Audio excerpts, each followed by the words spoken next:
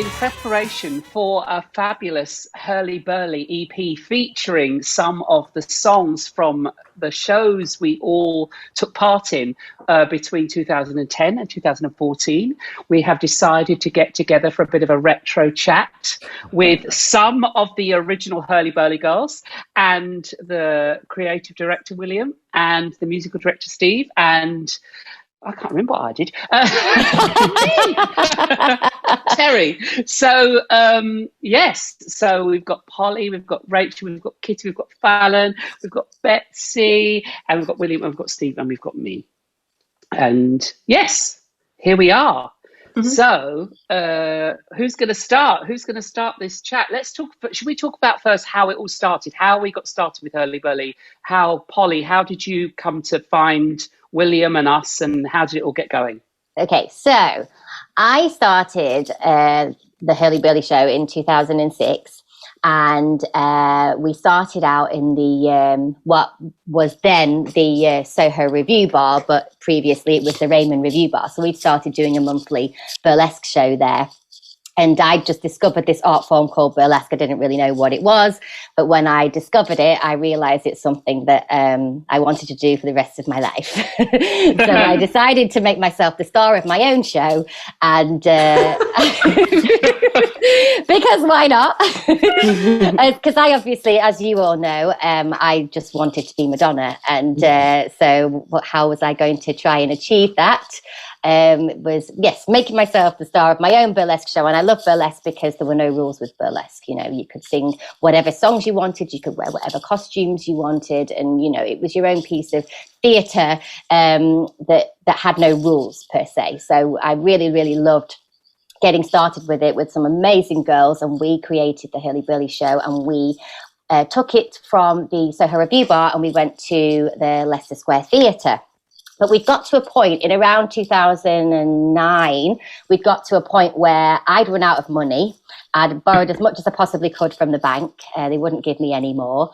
And I didn't know how I was going to push the project forwards without help. So I thought I need to find somebody who's like training to do it in college, or maybe a fashion designer, or I just knew I needed to find a team of people to help me take this show to the next level, because my dream for the show was making the Cirque du Soleil of burlesque shows. Yeah. So, you know, I wanted to go big, but I didn't know how to go big. But my manager, Walt, at the time, he was my manager, and he happened to know somebody called William Baker. And I knew exactly who William Baker was because I had been a Kylie fan since I was a little girl. And when Walt told me that he knew Will, I was like, oh my God, you have to introduce me to him. And it took about 6 months to get that introduction. But we met at Bar Italia, didn't we? Then I met Will at Bar Italia with my crappy old laptop and showed you a few pictures. But I remember coming down somewhere. No. So that was it. So I told you about the concept of the show, and I showed you a few pictures, and then you were like, oh, well, in principle, yeah, this sounds really good. And, but I want to see it. So that's when we set up like an audition. So we did a demonstration for you of some of our acts. Yeah, we came to that studio. Yeah, and Ashley that was came after. as well. I think you came down like afterwards, like to the after I'd seen it, because like I remember seeing. I remember seeing that number that you did about with the kind of caveman number. Yeah, we did the caveman number. That was one of our with the like original Hurly Burly Girlys. Yeah, and it was so like it was really kind of like I don't know, it's like. Not basic, but like, how do you say it? Like, no, it was really, it was really brilliant. But it was like, I could immediately see it was like, it has so much potential. Yeah. And all the girls were like amazing. And I just loved the kind of concepts behind it, I think. Like, you could tell that there was like a lot of thought behind it. even though it was very, when I said basic, I mean it was very simply. Yeah, I agree. It was in a rehearsal room. There weren't any crystals on it yet, were there? There weren't any crystals on it. But I just thought the idea was so brilliant, and I remember saying to Steve about it. God, I just sort of like saw this like run through with these girls, and I thought Steve would love it. And Terry would love it because it's kind of completely Terry's like sense of humour, I think. Yes. And Ashley, Ashley Wallen, the choreographer. I thought that we could all kind of like really take it somewhere. But most of all, I just thought that I loved the vibe between the girls, and everyone was having like such a good time, and everyone like really liked each other. I think that was really important for Polly to have like a group of girlies that was like really kind of about just more than kind of like working together. It was like, I know a lot of you have been friends for years and have worked together for years and have and still do sometimes. And I think that that kind of friendship thing was really important. And I think that was something that kind of went through the whole making of the shows, that Steve, Terry, myself, Ashley, and Jackie, right, had just done Rent. We'd just done Rent, right? Yeah. And yeah, I think we were just looking for something to do, and it was it just kind of was blown away when I saw it. I think what shone through for me was that it was like thing that, you know, you all look like you're having such a laugh, and we kind of wanted to be part of it because you look like you're having such a good time. Yeah, and we really were. It was so organic, and it was such a collaborative thing. For me, it wasn't just. I mean, I said before, I joke, I make myself the star of my own show, but it wasn't. It wasn't just about me. It was about me with these girls, and it was about the girls being individual performers and having their own time to shine as well. So, you know, we had a special bond, and you know, when we cast the show. And you can see now we created special bonds between the cast and the crew, and it was very much about that relationship. And also all those girls, like as you said, bought the original girls that we had, Laurie and Sarah Lou as well. Like, remember we did those amazing individual acts with them? Yeah. And you all did. Everyone had their own real original stuff, like Kitty's fucking mental in routine. But everyone had their own such distinct characters. And they were so distinct. And I loved that we could show all the distinct kind of, it was like the kind of like Spice Girls of burlesque. Yeah, it was. It was like each different kind of like character. Yeah, I like that analogy. Katie, the little like kind of baby doll. I'm not going to say who the rest are. I've got a memory of when we decided, or somebody decided to kind of put out an open audition, and we spent the whole day with people coming down, stripping and doing whatever, and it was just absolutely mental. Like the different people that we had. Do you remember? Yeah. I remember it very well. I was in it. but that's what was so great about it, was that, like, I mean, there was literally so many different shapes and sizes that were all like kind of like sexy in their own way. Yeah. But I think what was different about you, Polly, and the Hurly Burly show was that you actually sing. Yeah. And a lot of a lot of burlesque performers don't sing. So I think it was perfect. I think it was perfect to have like like a kind of like a singer and a kind of like chorus of these amazing girls that each one can kind of individually shine and do their own thing and bring their own thing to the whole. Exactly. But it was a great way to format a show that was all encompassing, I suppose. So, you know, we could, as a team, we could create a whole show with all our different talents and skills that we had. And and having me, you know, being able to sing made it more sort of more pop, you know. It's kind of it allowed it to cross over a few more genres. Yeah, but the shows I'd seen up till then of that kind were, you know, people were just using tracks and backing tracks, and they were kind of quite straight. They were the tracks, but the fact that we had singing and the mashups of different songs, and also bringing a lot of pop in. It wasn't so much of the kind of vintage, typical kind of burlesque stuff. And I don't think people had done many mashups then. No, I don't think that I feel like that was probably the first time that I'd seen the crossover between modern music and burlesque. Yeah. I used to use kind of some like 80s bits and pieces, but that was more for fire and things. But for a show that looks so beautiful and traditional, there was a lot of modern tracks in that, wasn't there? Yeah, absolutely. And it was lit really modern as well, wasn't it? It was like the kind of the lighting that Nick did was really modern. Yeah. And so, talking through history, we did apart from 2 tours in South Africa, and what was the other tour? We were in Australia. 3 kind of big West End runs of it, really, weren't there? I love Australia. Oh, we loved Australia. We had the best time in Australia.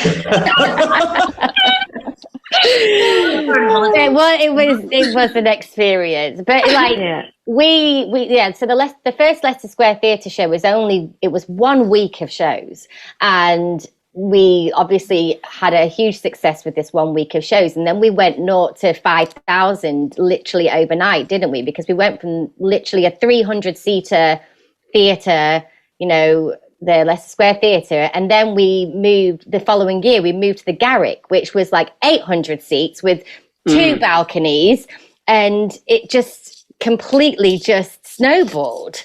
I remember at the first run of the Leicester Square Theatre, like halfway through that week, people started to kind of word of mouth really travel. Like, people were queuing. Round the block to get in and for tickets and stuff. It really built momentum that week.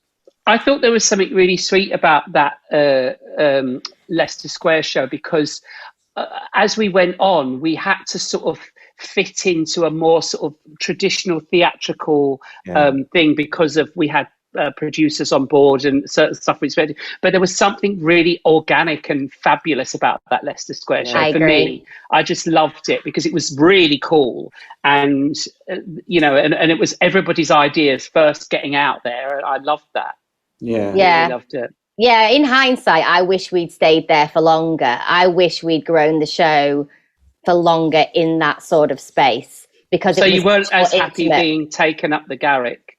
I mean, I always loved being taken up the Garrick, but it was nice to try it, but I like to go back to something a little bit smaller. Yes. I also love being taken up the Duchess.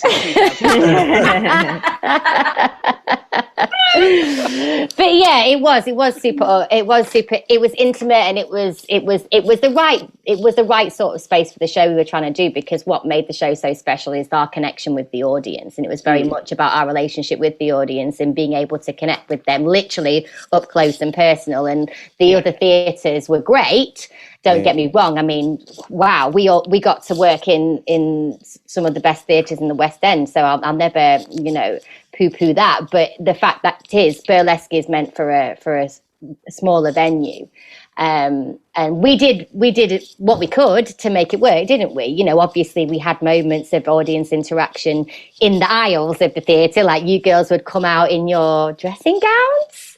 What happened? Of course, it was in the pink and the black bit at the top. Yeah. Maybe I'm just visualising you doing it in rehearsal. I can't believe it was 10 years ago. I know. More. So off those shows, it'd be really lovely to go around and get a little memory, I think, from each, like a funny memory from, we all must have them, a moment where it might have been about trying to get a bit of kit off that was a problem, or something, a over-enthusiastic audience member. Okay, let's start with Betsy. Betsy, what's yours? Well, I know that a few of you will perhaps want to use this memory as your own, but a huge standout one. I think we're all going to fight over it. Yeah, we are. but it makes for the best story in Australia when we had some technical difficulties. And we were all left on stage. Our mics were live, but nothing else was. And there are so many stories I can tell. Oh my goodness. My favourite one was we were all in S&M. I know where this is going. And Katie, you kept going. You were so convincing. And we were all stood there in complete silence, not knowing what to do. But Katie, you carried us on. I won't steal your because Kitty has a very good one from some technical difficulties in the Australia run. But oh my goodness, there are so many stories to remember. That we just had such a ball every single night, and we could tell these stories for hours and hours because on and on. So much fun, even when things went wrong. They made stories just brilliant. Well, Kitty, go on then. Let's hear you next, because we know that. Not only have you got the stories, you probably created most of them. Truth be told. This was not my fault. So my favourite was it was from the same show in Sydney, and the Sydney producer had told the technical team to go with the track, and not everybody was entirely ready. So we're going out to do the stripper, and we all run out one by one, like, oh, Fallon falls over. Sorry, Fallon. Flat on my face as soon as hi. I think I pulled you back up, Fal. You did. You were like, no. So we get out. Polly's not on stage at this point. Polly's backstage because this is just the girlies introducing themselves. And poor Katie doesn't make it out because she's not ready. The show's been called too early. It's gone. And we were just like, whatever, fine, we're carrying on. And we do the bits where we're like, ooh. And the tech hasn't realized that Katie isn't on. So Katie's mic is live. Katie is backstage talking to Polly going, oh my God, I can't believe that happened. And Polly's going, don't worry, nobody'll know. And we can hear super loud in the auditorium, and we're all trying to cover it by going,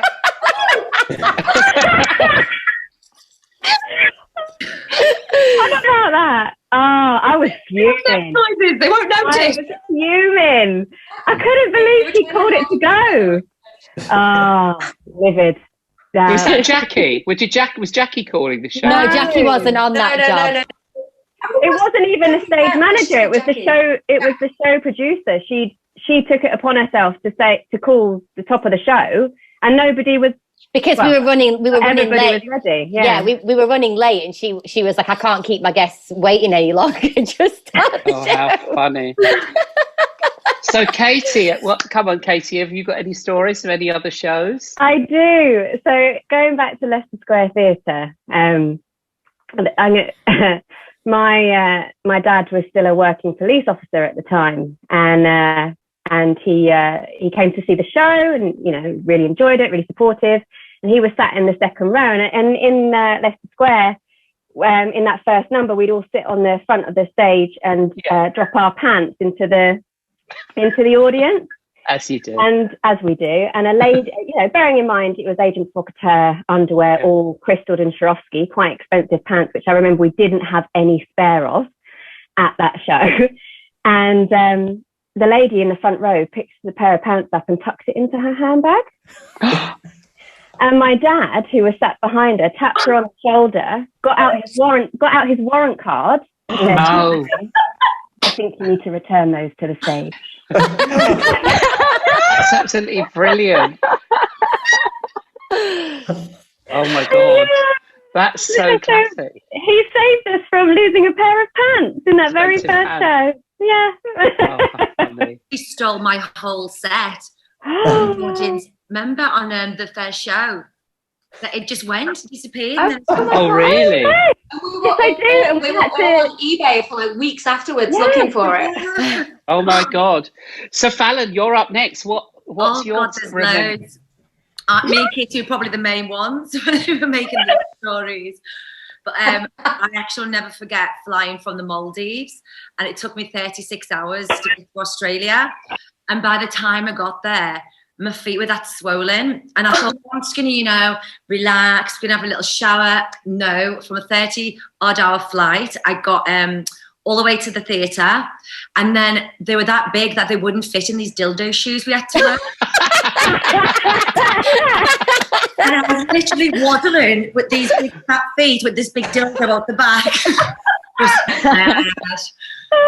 And Polly just looked at me everywhere. I was like Magda from what's it called? Something about Mary. I was something about Mary. White hair, big fat feet with dildos. Oh God, it was hysterical. Well, yeah, because you'd been in the Maldives and you'd been in the sun, so she had these massive white triangle tits. And I'm like, babe, you're about to take your clothes off and we're going to see these big triangles.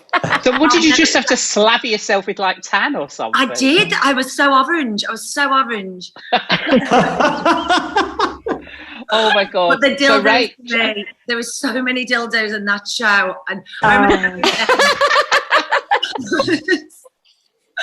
Do you remember the crystal one in the Marie Antoinette thing? Yeah, I was right up my bum, and I was like, oh. Yeah. Oh my God. Rachel, have you got any dildo or any other stories? Oh God. So I don't know. I just remember the Leicester Square one. I just think I had a smile on my face for about 3 weeks, however long we were rehearsing and doing the show. And my boyfriend at the time was just like, what are you doing at work? I was like, I'm just having the best time. And like, my happiest memories of that was a lot of us had never done burlesque before. So it was all really new, really nerve-wracking. I seem to remember, Katie, that you lost a pasty in one of those shows, and I was just like, oh my God, you had your tit out. Just mortified for you, but I was like, oh my God, she just carried on. And even like silly things, I remember like getting all the body paint on, and me and Jenny being like, oh look, we've got the same vaginas, haven't we? Things I just never ever done before, and like doing physical and losing the balls and things like that. And physical was just a classic with you. That was one of the best. And then with when you were talking about the dildos, the crystallized ones, when we did the Duchess one, I was I can't even remember what you called it, but the Marie Antoinette, the one, the you were the Undertaker, weren't you? That's it. I couldn't think of the word. Oh yeah. And I had to come out with this big dildo at the end, and I just remember my mum thought she was like going to lose her job. The fact that I was like burlesque and shitting and stuff like that.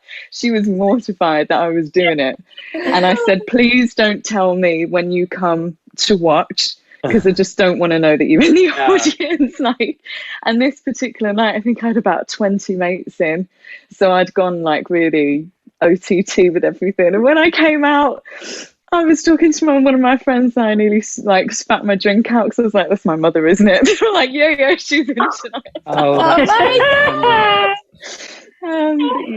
wow. Paul, what about you? You must have loads. Oh too. my God, there's just so many. One of my standout funny moments for me was when, or surprising moments for me was when, on the penultimate show, I think it would have been Duchess. You know what I'm about to say, don't you, Katie? When I think it was at the Duchess. Obviously, you know, you're supposed to play tricks on each other and have a bit of a laugh on the penultimate show. And I just remember doing Bad. Bad was one of my favourite numbers to perform. It was the one where I was on the bed, and the hands would come out of the headboard to, you know, caress me to climax. And on this particular occasion, I think it was Sarah Lou, and was it you, Katie? Yeah, it was me. Sarah Lou and Katie were playing the hands, and had decided to put their hands in a bucket of ice before they put their hands through the headboard. And honestly, like, I thought I gave a good fake orgasm there, but when those freezing cold hands came out, and literally I was like, and they were freezing. They were freezing. And I couldn't believe you'd been so naughty. Well, we sat. My hands hurt. We sat there for the whole number with them in the ice bucket. We had the ice bucket behind the bed. So when it came out, they were freezing cold. So yeah, it was a real screamer. I was talking to Polly the other day and remembering, she didn't remember this, but this time when I think it was the Garrick, when we delayed opening, which we often did because we weren't ready.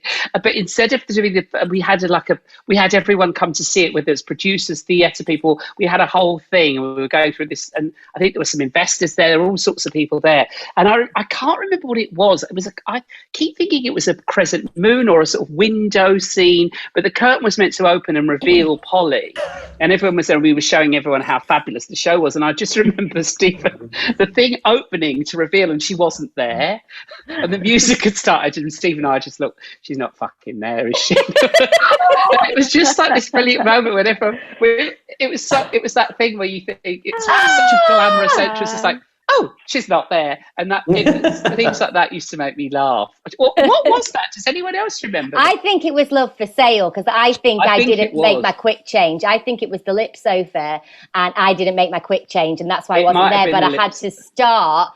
I remember singing. The track had started, and I remember singing whilst people were getting me into my costume. God. I love things like that. So, Ashley's here. Ashley Wallen has joined us. Hi, dear. Hi, dear. You're on mute, dear. Are you all right? He's on mute. Can't hear him. I'm off mute. I'm good. Hi. We were just talking about dildo shoes, Ash. So you're. Of course. What else Perfect are we talking about?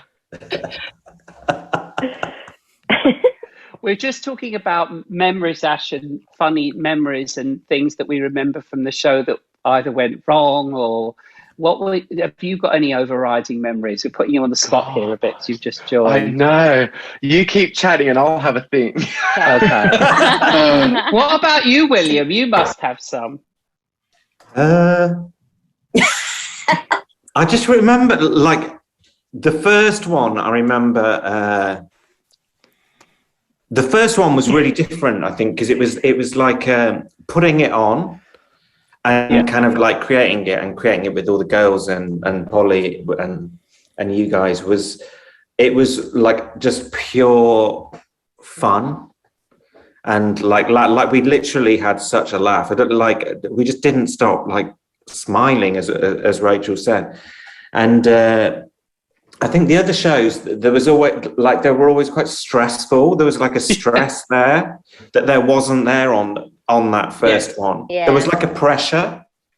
Yeah. And kind of like, obviously, like outside input and stuff. But I think there was a real joy to those first shows. And I remember literally like Polly we had like kind of not like no money, and we'd spent all the money on costumes as usual.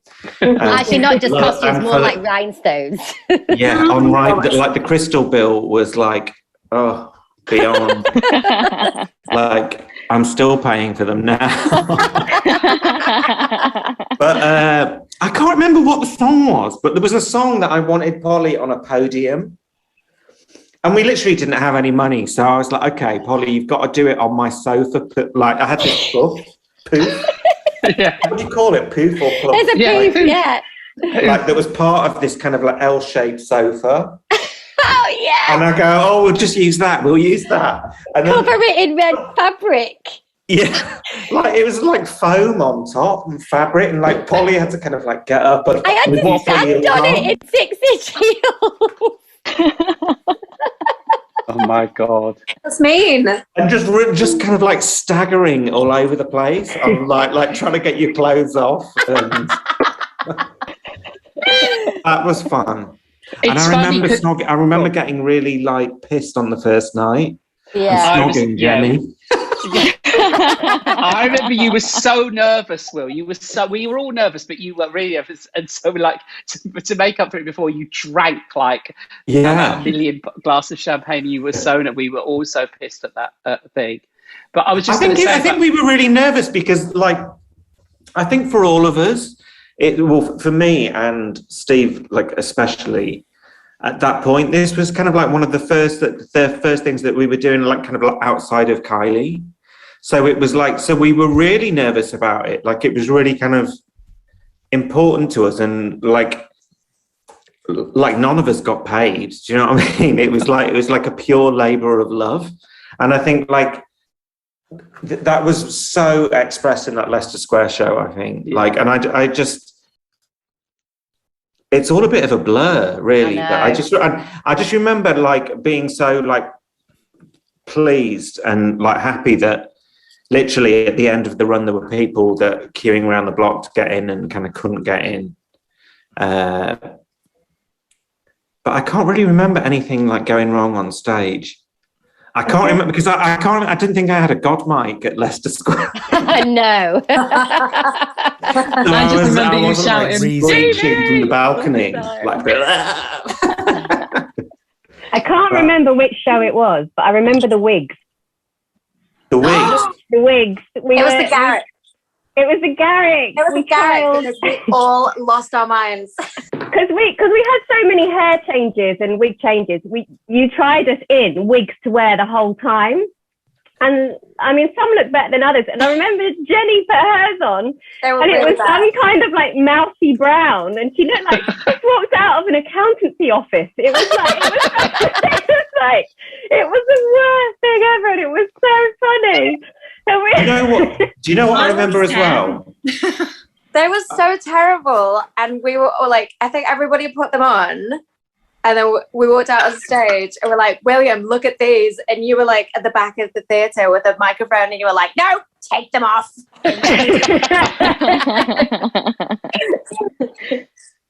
Oh.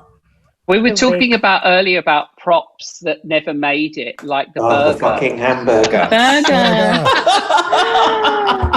And I was saying, I'm not known for doing any diva strops. You know me, I won't do diva. I don't do diva strops. But that was the first and pretty much the only time in my life where I absolutely refused to go on stage with that fucking burger. It wasn't that about 2 days after we were supposed to open. No, well, we had opened, and this was the second preview, and you wanted me to literally, we got the prop on the Tuesday, and you wanted me to perform with it on the Tuesday night, bearing in mind that this thing weighed 50 tons, and I was squashed inside it and had to elegantly and gracefully open it up to reveal myself. That was so funny. I remember that. And it was such a good idea, though. That was such a shame because it was that great Madonna song about eating out, and you know the lettuce fed the fans, and you know I was the sauce, and we had the slice of cheese, and it was brilliant. But yeah, it just didn't work. It was such a shame, and I was like, nah, you're not going to do that to me. I can't. I won't. I remember one night, I remember the shopping number. Yeah. Oh, God. Fashion. Looks. Yeah, fashion. And I can remember because I always felt like it kind of like went a bit over the audience's heads. Yeah. But I just remember one night, like with the eye being served thing at the beginning. And Kitty and Rachel, like it was you two, wasn't it? I don't think we ever did it together. Me and you. You did it, Fallon. Yeah. Oh, the Garrick. No, I was the Garrick. Kitty did it, definitely. I definitely did it. At one point. I just remember sat with Ashley, like howling with laughter at the facial expressions. And, the facial expressions were the best. Yeah. I was just smiling really well. I did that one at the Duchess. It was one of my faves. It's great. Yeah, that's still one of my favourites. Like even with the trip hazard of the dildos, like as the second you walk, there was just like a dildo smacking against the back of your other foot.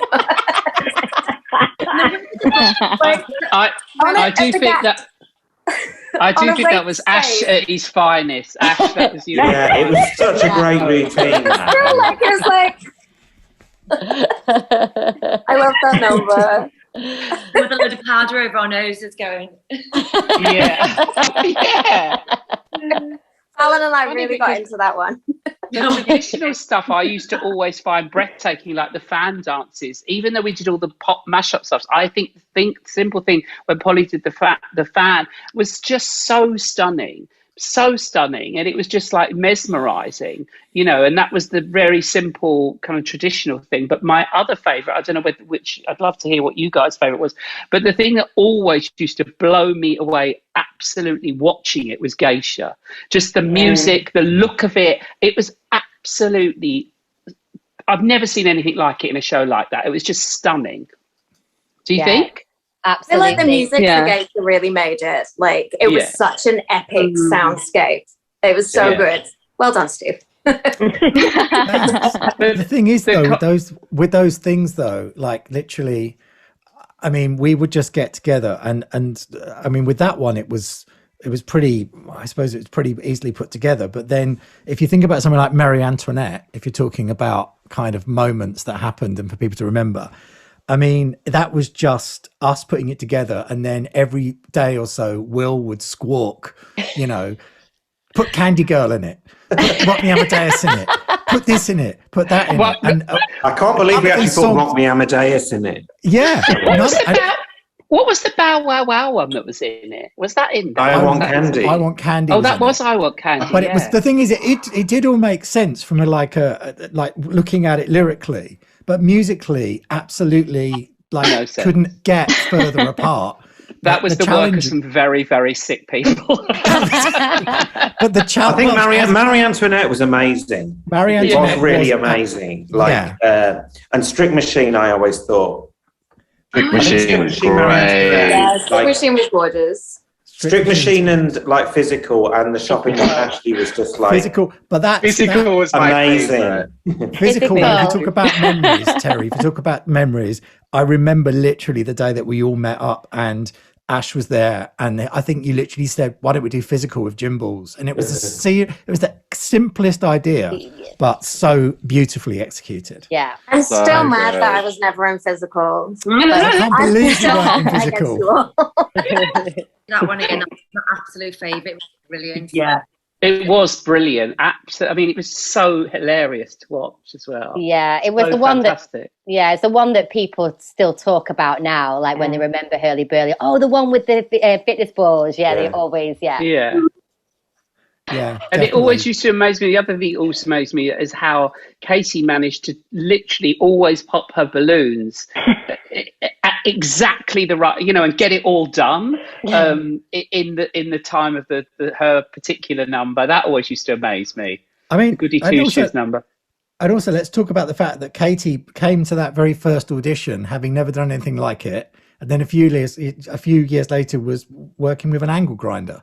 Yeah. So, I mean, that is literally baptism with fire. That's it. Yeah, kind of threw me in at the deep end. I remember doing my party trick and making each bum cheek move one at a time. Yes! Because that's what it was. Yeah, you were like, show us your talents. Each girl had to do something.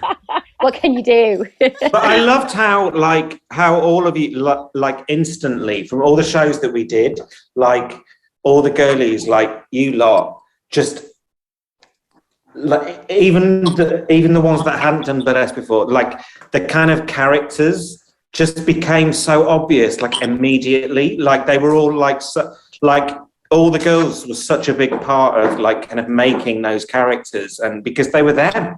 Like Rachel was the like just kind of like Jessica Rabbit. We called you Brie. We called you Brie, didn't we? It's like super classy. Yeah, like. well, that was from the Brie was from Desperate the second Housewife. audition, the callback, and I think we'd done the dance bit, and then Will said, "Go outside, create a character for yourself, and just come in and speak to us." And I went outside. It was in this really dodgy little studio down the side of the Strand somewhere, and I had an apple in my bag, and I just found some like Dettol, and I just went in and just stood there. He was just wetting himself for ages. I didn't even say anything, and then he just let me go. I didn't say a word. Had you done stuff before, Fallon? Had you done any stuff before burlesque before? No. I thought that. Yeah, I thought I remember that. Yeah. Wow. It was made for it. And then I would But that's the thing, and that was how you guys all got the job, like in the auditions, is because you can't teach someone how to be a Hurly Burly Girly. Do you know what I mean? You either got it or you haven't, and you all had it in spades, and that was what was so amazing about it. You could do choreography, you were great dancers, but could you fulfill the character of being a Hurly Burly Girly? And that was it. I remember all of your auditions. Obviously, Kitty, you didn't audition, and Just walked in, they just got the job. But I do, and you all. I had to dance around Madame Jojo's for Ashley, and he was just like, whatever.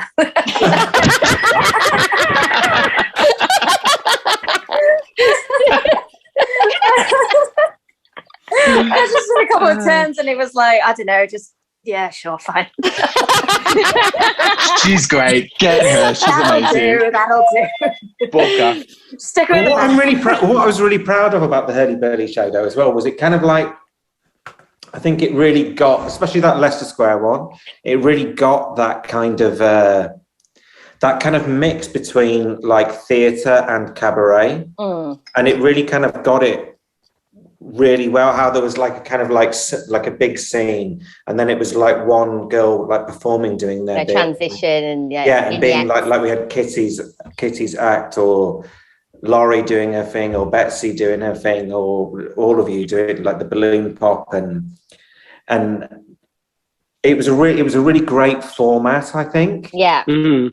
Like that is that, like Terry, me, Ashley, like we're kind of like the kind of icing on it, I think, like it, whereas you girls are the kind of like substance of it, and the substance of the kind of like cake, and that's always kind of there, and that's why I think it transfers really well. I remember South Africa being quite like I remember it being like a really great show, because it kind of combined all the elements from all the shows that we'd done and that we felt were the most successful. Yeah, it was, and like it was kind of like it was so in such a weird place, wasn't it? It was like a casino, which was great, but the room was quite like it had carpet, didn't it? And yeah, it was almost like a conference room. Yeah, kind of. Yeah, and we managed to create that set that Alan did, the beautiful kind of like the doorway, big windows. Yeah, it was very cool.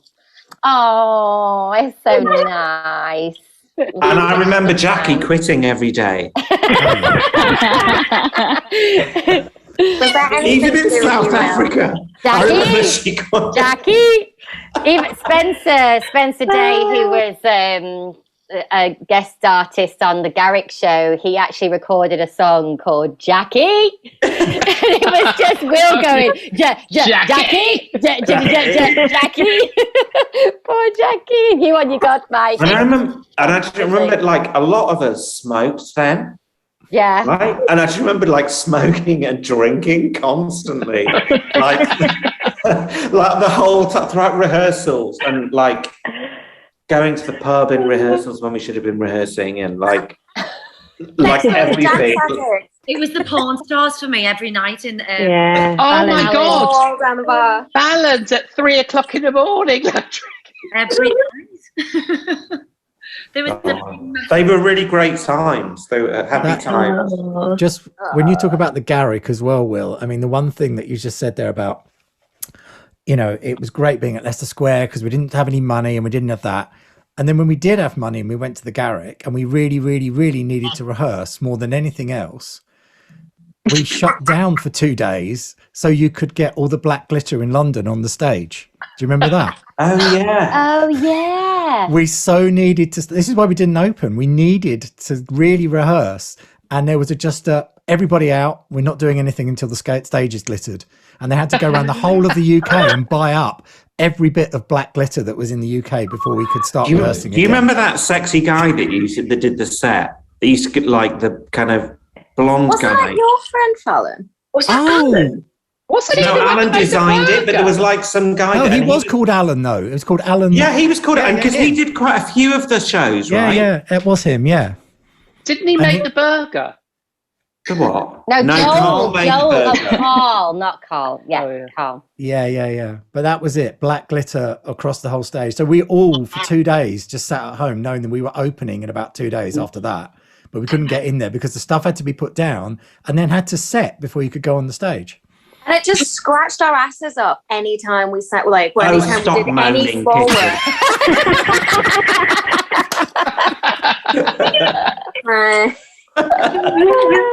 But we did really. It well. was worth it, and it was worth it for It's a Sin for sure.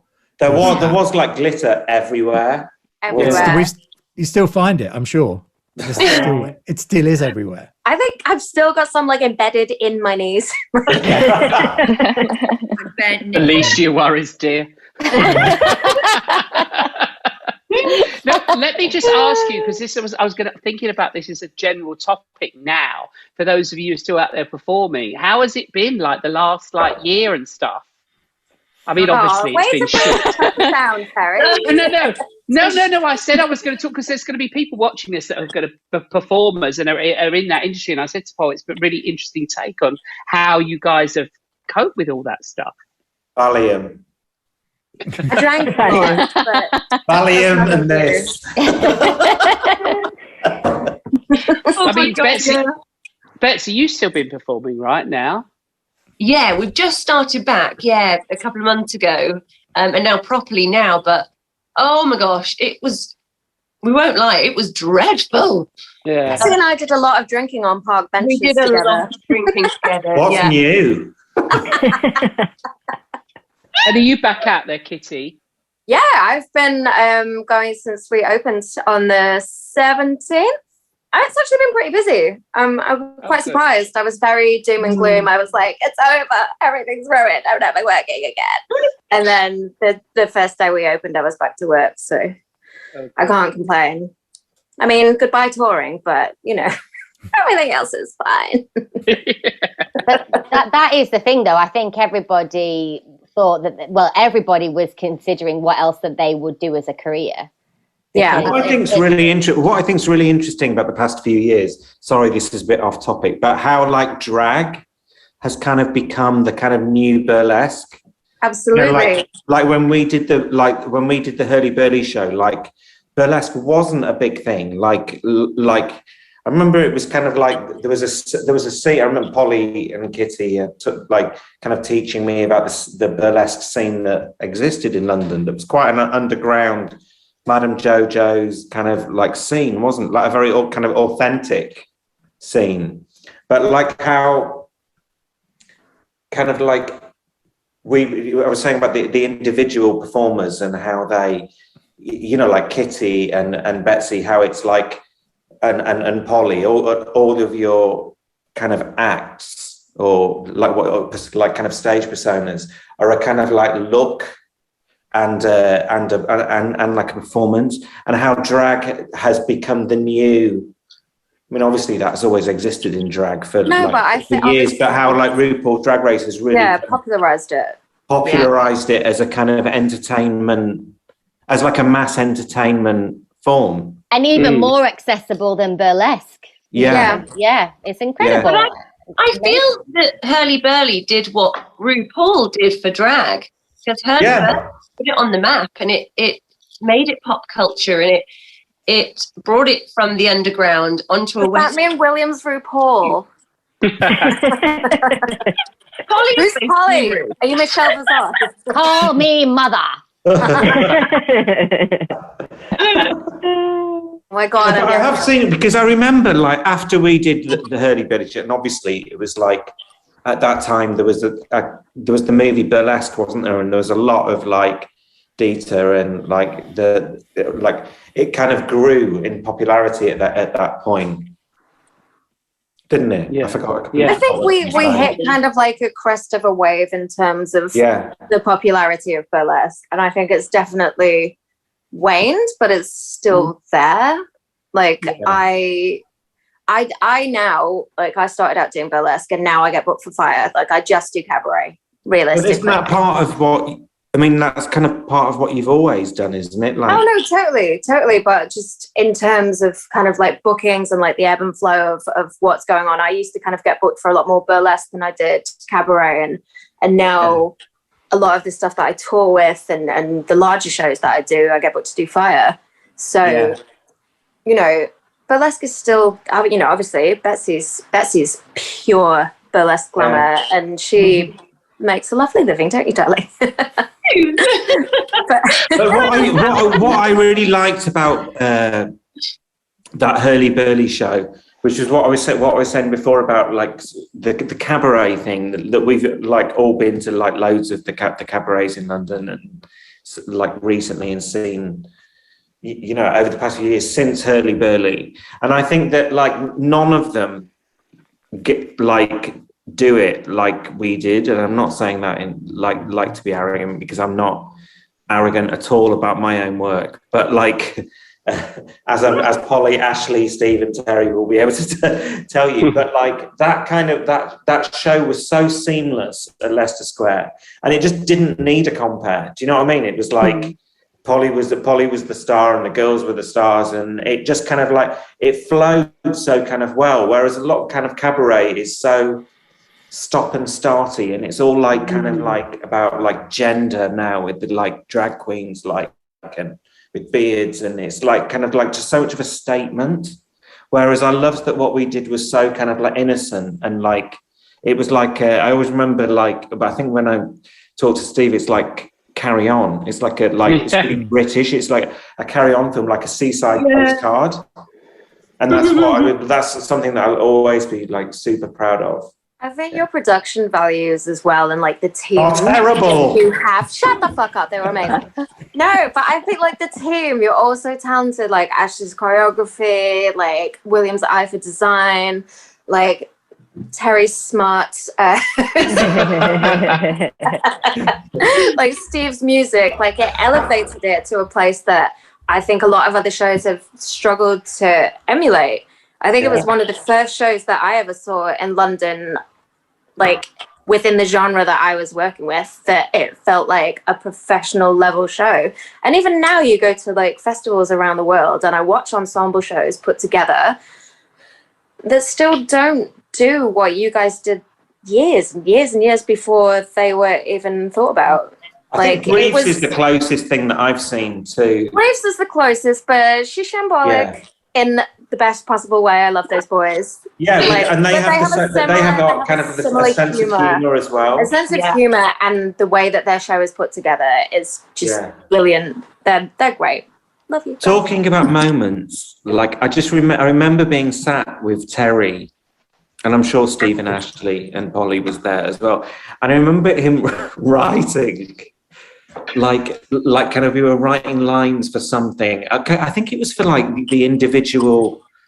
I don't know what show it was, but we had all the girls introducing themselves. Hurly Burly Hurly Burly Lovey. Hurly Burly. Yeah, and Terry wrote something about being on the night bus to Penge. And I was like, only Terry could make that sound like some kind of like sexual, but it was so brilliant. It was so brilliant. I'll always remember that. And I think it was Jenny that had to say it. After a shift at Nando's. It was something about after a shift at Nando's.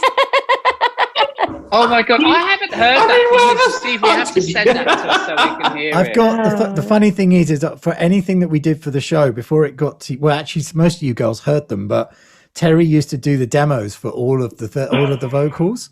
So and famously used to do them in his office, and seemingly somehow all the time, anytime he ever did it, the window cleaner was there washing the windows. There was that one classic time. I mean, it could have been. It's not about the tits. I mean, but the song I was doing, I'll never forget it. It was bad.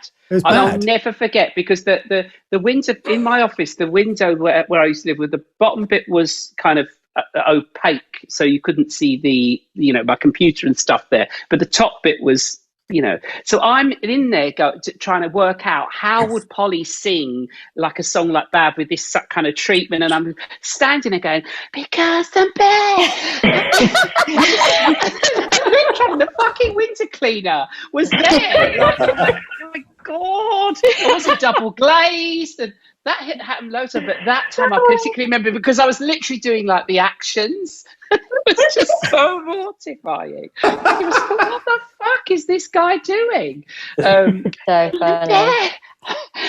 I remember those little bits of dialogue, those introductions for the girls were really like kind of like full, it was so full on Terry. Well, I think the thing is the thing about bashing the back doors in and stuff like that. It was so but I think full it was, on. what I think worked was you had these basically goddesses. So you had these goddesses on stage, and the like juxtaposition of having these beautiful goddesses and then making them say something about being on the night bus to Penge or having the back door smashed was what made it so amazing, because you know usually it's one thing or the other. You know you don't get these like stunning looking people saying stuff like that. Does anyone that was in that show remember their character names? Madam Muldoon. I remember There we are. mine. That's so difficult to remember. You did really well there, Rich. But again, they would have been something. Speech. It was something about, it was at the time when Prince Harry had been a very naughty boy. That's it. Oh yeah. And my speech was about polishing the balls with him. That sounds about right. What happened to Peggy? Oh my God. Peggy DeLune. DeLune. I Yes. think she's doing comedy now. Doing She's TV, a isn't comedian. she? Like some kind of TV. I swear think to God, she I did. thought she was doing self-help. So No, I think she's doing some kind of. I think she's in some TV thing. Yeah, Like she writing is. TV. That's right, isn't it, Katie? Yeah, yeah, she's writing some stuff for TV. When she did Chicago, was it Chicago? She did from That was to Victoria. That was an absolute classic. That was a really good example of someone coming in and doing an audition of their act, and then that being like that's going in the show. Yeah. We didn't have to write anything. We didn't have to do anything. It was like done. Yeah. So that was fun because it was good to create stuff for people, but it's also good when people. And actually, as Will said, the best thing is finding out what everybody did and then just doing an extension of that. And that's what Desperate Housewives was about, I think. I mean, just because that's just about how much fun you can have with a baguette, isn't it? Really, let's be honest. Desperate Housewives. Who was Desperate in Housewives in had it? Eat It. Yeah, well, we did that first of all in the Duchess. So that's when Coco Dubois was hosting, and then it was Peggy and Stephanie. Steph. Yeah, that's right. Steph. With all the food-related songs. Who? Stephanie. Blonde Stephanie. Oh, Stephanie, I loved her. Yeah. She was mental. really well, didn't you? She was like so scatty. She was such a brilliant, like kind of like such a kind of like wide-eyed, like innocence. Like she was so gorgeous, such a gorgeous person. Yeah. And the other thing we were saying before we came on was the fact that as you're talking about all these incredible goddesses and like the juxtaposition of them coming from Penge, the other thing was the juxtaposition of them at the Duchess just eating pizza. On a Sunday. Basically was it on a Sunday. It was like that was what the food was. Yeah, I can't believe that you would. We had to do we did this at the garage as well. Like we'd do one show on a Sunday, and then before the second one, there'd be dominoes, and then we'd all be trying to get back into our corsets. Like, oh my God. Like, why are you feeding us pizza? But we all ate it. Yes. We were all very excited. Not eat pizza. I remember nearly choking on those bloody cakes that we had to eat in Marie Antoinette at the end. Oh, yeah. Did you actually eat them? Yes. Oh, I didn't know that. Yeah. I thought we just And then you had to carry on Scoffing singing. them. Yeah, scoffing them, and then carry on singing. And then it was what was it? We had to request a certain cake because there was some we just couldn't get down in time. I never knew that. Chocolate eclairs in the end we found were all right. We could get those in and swallow them quick enough. We started off with fondant fancies and they weren't going down. Wow. Oh my God. Amazing. And there was a guillotine. The guillotine. I forgot there was a guillotine, wasn't there? Yeah. Do you remember when that guy had a heart attack when Fallon came out like as the Grim Reaper? Like No. they had to stop the show. What? And they reported it in the Sun or something. Yeah, somebody did Fallon. have a heart Do you attack. remember? Somebody was like unwell and had to leave the theater. And And it was in that literally moment. as Fallon came out, like dun, dun, dun, dun, dun, dun, dun, dun, dun. Hello. Oh, hello. I'm hungry, mummy. Oh. I do remember there was a guy who used to sit every time in the second row. I know who you're talking about. And he used to, Polly used to do this thing where he used to make him stand up. Yeah. Used to make him stand up, cover your ears, because he was. No way.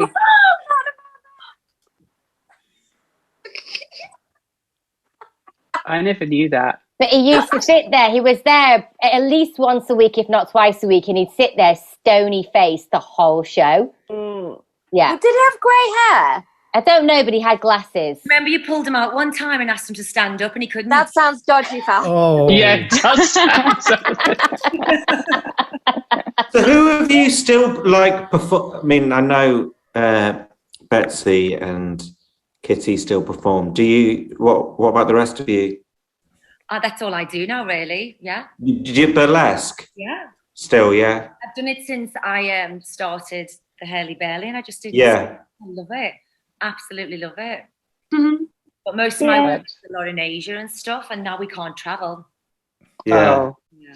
Isn't it? We miss And the Katie, talk. are you still doing your thing? Yeah, so Sarah Lou and I were running the Folly Mixtures together. So Yeah. continuing Oh, cool. doing shows. And we had 30 girls we had working for us at one 30? point. Yeah. Amazing. Wow. And then COVID. So, And then COVID. you know, and then COVID. But things are starting to come back in. So hoping it'll, you know, pick up again a bit more. And then Sarah Lou and I also set up Exercise, which is a Yes. girl inspired fitness class. And we've got instructors all over the world now as well. So we've got, so that's growing in its own. That's kind of amazing. exciting. Congratulations on Yeah. that. Amazing. But all of this from Hurly Burly. Like none of this would have, like my whole career path, I guess, would never have happened if it wasn't for that show.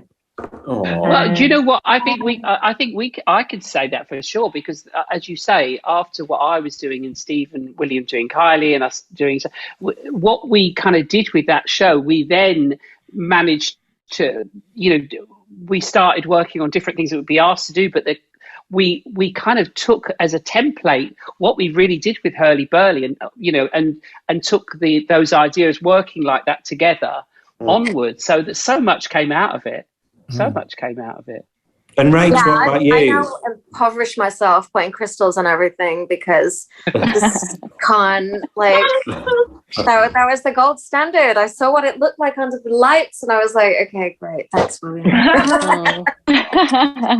Are you still performing, Rach? Yeah, I mean, if there's anything going, yeah. But it's not much at the minute. Are you still legit?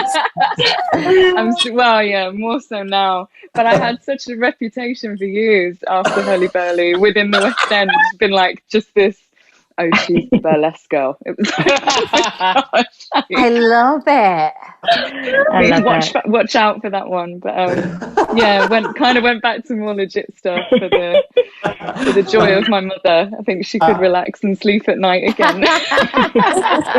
But you were Kiki D though, darling. Oh, Yeah, that was a lovely little moment. Yeah. Just a little moment. It was amazing. So cool. Let's move to film. So come on, Ash. What's your favourite memory? Yeah, you've had enough time now, Ash. No, I thought my favourite would just have to be physical. I actually just remember the first time doing that and everyone watching it because you did it in front of the curtain too, didn't you? Yeah. Like it was in that little bit, and I just remember walking away thinking when everything just comes together, the song, the costumes, all of it was just like was just my favorite. Yeah, it was so good. Oh, but I mean, we had so much fun doing that on gym balls in the studio. Oh my god, that was my favorite day. I think in all of the rehearsals. See what was possible and obviously what wasn't. Yeah, falling on our asses. It was brilliant. And what was the kind of like we did. Coco did stuff like that there, right? Yeah. With And then there was the Desperate Housewives thing. Yeah. I remember like Ash having like real. I just remember the choreography for that being kind of like mental and fun. Were they? I don't remember that one. What were they doing? They had baguettes. They had baguettes and the frying sausages. Didn't we have sausages? And sausages. Yes. Yeah, it was so silly. It was brilliant. Yeah. And the oven, didn't something go in the oven and like a little sausage come out like massive or something? Yes, that's it. The set for that was quite amazing. Yeah, it was. Yeah. The whole kitchen. Yeah. Oh my God. But also the thing is like all of those things, I mean, and Terry's absolutely said it. You can tell from even just this conversation, we were all just having not only the time of our lives, but couldn't believe that we were getting away with it. Yeah. Like, literally, so many conversations would start with, what do you think if we did this? And they were like, in any other circumstance, it would be no way. And in ours, it was like, yeah, just do it. And anything that we sort of mentioned through you girls, you're like, yeah, cool, let's go for it. And what were we doing? I don't really remember much, but what was the Rihanna one that we used to do? Geisha. Was that Geisha? Oh yeah, that was Umbrella, and it was S&M. There was the nun thing. S&M and the nun. Yeah. S&M and the nun. Yeah, the Geisha was Rihanna, and then we put, I think, Rain by Madonna was in there, wasn't yes, it? by the end, that was the addition. Because you were someone was saying before how Geisha was their favourite, but what was so nice about Geisha was how it evolved. By the time we got to the Duchess, it was the end of the show, and it was epic. Yeah. And it was, I think the thing about it, and it's like what Terry was saying as well, is after all the fun and everything's so much fun and it's all Benny Hill, just to have something so beautiful, really, I remember looking around every night at the audience and it kind of moved them. Because when it went into that final chorus with the umbrella, what was it mashed up with at the end? It was just so fabulous. It was rain. Yeah. It was rain and umbrella, wasn't it? And Take Me Dancing Naked in the Rain. Oh, that's right. Yeah. So and it's good. just, I think, because they'd got used to, like, they'd fallen in love with the characters, and then to see them come together and do something like that, it was just, it just was. I don't think we could have imagined or made it that moving, but it just was, and it was every night as well, wasn't it? It was interesting. So we did a good thing there. We did such a good thing. I think, and also as a juxtaposition of, 20 minutes earlier, they'd been seeing you run around with doing Britney Spears, Hit Me Baby One More Time, the Benny Hill theme pretty much at the end. I remember. I don't remember that. What did we do? I remember creating that with you, Ash. Because we had the riding crop. And it was me, and originally it was me with the two girls on the cabaret chairs. There was and I was this German. You were a German schoolmistress. School teacher, yeah. It was done in German, was it? Yeah. It was done in German. And at the end, it went to this kind of mad kind of... And you had your bum cut out in a skirt. Yes, I did. I sing after the girls who were being really naughty. But they were So like the choreographer was like literally pulling your knickers down and flashing. Yeah. Outrageous. What should I do now? I'll just pull your knickers down. Too much fun. Oh, it really was. It really was. I have to go. Oh, well. This has been lovely. Thank you. Any more questions, Mistress Teresa? What's the? Have you got any more questions? No, I just want to wrap up to say, what's the release date of the EP? When is it coming out? Oh, look, professional. Tell us more. We launched the EP on the 5th of August, and it will be available on Spotify. And what is it exactly? And all streaming platforms. Tell us what it is. And all streaming platforms. Okay. Yeah, all streaming platforms and download platforms. And I don't know how this works, but that's so tell us what it is. Is it the original tracks that you did, Steve? It's 6 songs. Yeah, it's 6 songs that we recorded. We recorded studio versions. Of a lot of the songs that have never been released. So that's 6 studio versions of 6 of the songs that were in the show. So it's very exciting. First time, very and cool. it will bring back a lot of memories for everyone, I'm sure. Cool. Yeah, I love so it. many people. Go on, sorry. Sorry, I was going to say, because they've still got, some on your playlist, and every now and again it'll come on. Yeah. And then you'll hear an old Hurly Burly thing. Oh, yeah. So it'll be really nice. We're letting the world, and it felt like the right time, didn't it, Polly? It felt like the right time to do it. Definitely, definitely. And I always remember people saying, "Where can we get the soundtrack? Where can we get the soundtrack?" And we never did anything with it. I mean, it is sad that we can't put the mashups on there, but at least we're giving a little taste of some of the great ones. Bad, It's a Sin, because obviously those were the real different versions, weren't they? And Hit Me Baby. And Hit Me Baby, yeah. Those were the real Steve Anderson. Hit Me Baby now. Just going to download this and just use it for a show. By all means. That's fine, right? Yeah, 100%. Go for it. Yeah. Brilliant. Well, we should do it again one day. Yes. Well, William, listen. How many times have we tried to do it again, honey? How many times? Should we do a meeting, dear? We need to do a meeting. Do we do it in balance? Well, I've heard their profits have dropped significantly. Yeah. Really do with a Hurly Burly reunion. It would be lovely. But no, to do it honestly, again. I would give anything to do it again. I think it would be the most incredible thing to do some kind of greatest hit show with some of the stuff we did before and creating new stuff. And, if we all put it out to the universe, you just never know. But somebody needs to give us a lot of money. Paul, we need lots of calling money. It the greatest tits. Yeah, yes, we were calling it the greatest hits. Exactly, that was what it was going to be called.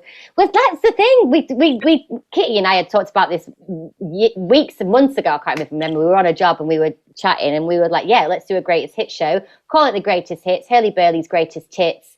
And put some of the best acts in, and come up with some new stuff as well. But I'd love to, and I would hope that you guys would want to too. Oh God, of course.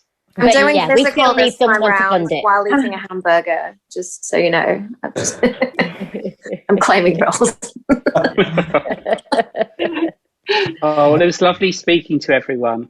Yeah. Well, we're an incredible team, and if the stars align one day, we'll do it again, won't we? Because I do love you all so much, and thank you all so much for being in my life. And it's so nice to see you all. We should actually get together. Yeah, we should do this for real. We can now. Yeah. Oh, we can, can't we? Yeah, we can. Yeah. We can.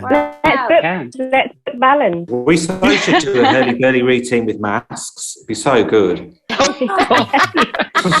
It'd be so brilliant. You can have masks everywhere, like here. I did a mask the other day. That was our finale.